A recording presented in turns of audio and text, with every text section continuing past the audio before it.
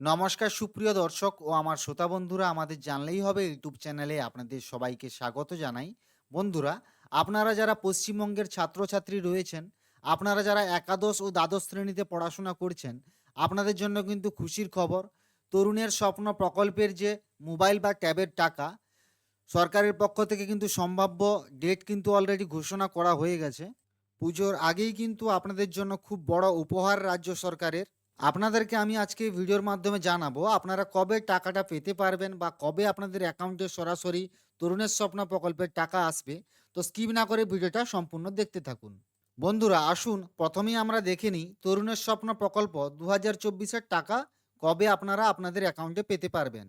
কিছু সংবাদ মাধ্যমের সূত্র মারফত জানা যাচ্ছে যে 26শে সেপ্টেম্বর যেহেতু ঈশ্বরচন্দ্র বিদ্যাসাগরের জন্মজয়ন্তী উৎসব, তাই ওই দিনে টাকা দেওয়ার প্রক্রিয়া শুরু করতে পারে কিন্তু শিক্ষা দপ্তর।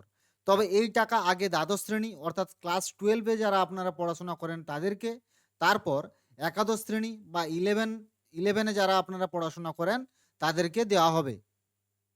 আর ওই দিনেই কিন্তু রাজ্য সরকার 15 থেকে 16 লক্ষ ছাত্রছাত্রীদের অ্যাকাউন্টে ট্যাব কিংবা মোবাইল কেনার অর্থ বাবদ 10,000 টাকা 26শে সেপ্টেম্বর অর্থাৎ পুজোর আগেই কিন্তু পাঠাতে পারে। এই খবর শোনা মাত্রই পড়ুয়াদের মনে কিন্তু আবারও আনন্দের বন্যা বয়ে যাওয়া শুরু হয়েছে। বন্ধুরা, আপনারা একই দিনে কি সবাই টাকা পাবেন এই যে ট্যাব বা মোবাইলের টাকা? শিক্ষামন্ত্রী ব্রাত্য বসুর তরফ থেকে জানানো হয়েছে ছাত্রছাত্রীরা সঠিক সময়ে তাদের স্মার্টফোন কেনার টাকা পেয়ে যাবে ব্যাঙ্ক অ্যাকাউন্টে।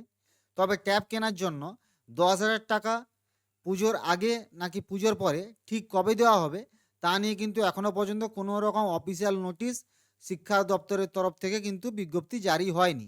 যেহেতু রাজ্যের তরফ থেকে 16 লক্ষ ছাত্রছাত্রীকে মোবাইল বা ট্যাব কেনার টাকা দিচ্ছে সরকার, সেহেতু এত পরিমাণ ছাত্রছাত্রীকে একদিনের টাকা প্রদান করা বা ছাত্রছাত্রীদের সরাসরি ব্যাঙ্ক অ্যাকাউন্টে পাঠানো একটু কঠিন রয়েছে। তবে 26শে সেপ্টেম্বর যদি টাকা দেওয়া শুরু হয় তবে কিন্তু এক সপ্তাহের মধ্যে আপনারা সবাই আপনাদের ব্যাঙ্ক অ্যাকাউন্টে টাকা পেয়ে যাবেন। এই ট্যাবের টাকা বিতরণের কয়েকদিনের মধ্যে তোমরা যদি টাকা না পাও তাহলে স্কুলের সঙ্গে যোগাযোগ করবে। কিন্তু এর পাশাপাশি আগে থেকেই তোমাদের একটি গুরুত্বপূর্ণ কাজ করে রাখতে হবে। তোমাদের যেই অ্যাকাউন্টে মোবাইল কেনার টাকা ঢুকবে সেই অ্যাকাউন্টটি সচল রয়েছে কিনা 500 টাকা জমা করে বা তুলে নিয়ে আপনারা চেক করে নেবেন যে আপনাদের আধার লিঙ্ক রয়েছে কিনা বা এপিএস অ্যানাবেল রয়েছে কিনা, ওটা কিন্তু আপনাদেরকে চেক করে নিতে হবে। আপনারা কারা কারা এই ট্যাবের টাকা পেতে যাচ্ছেন? তরুণের স্বপ্ন প্রকল্প ট্যাবের 10,000 টাকা বিতরণের কর্মসূচিটি মূলত মাধ্যমিক ও উচ্চ মাধ্যমিক স্তরের ছাত্রছাত্রীদের জন্য। এছাড়া সরকারি ও সরকারি সাহায্যপ্রাপ্ত স্কুলের ছাত্রছাত্রীরাও কিন্তু অন্তর্ভুক্ত রয়েছে।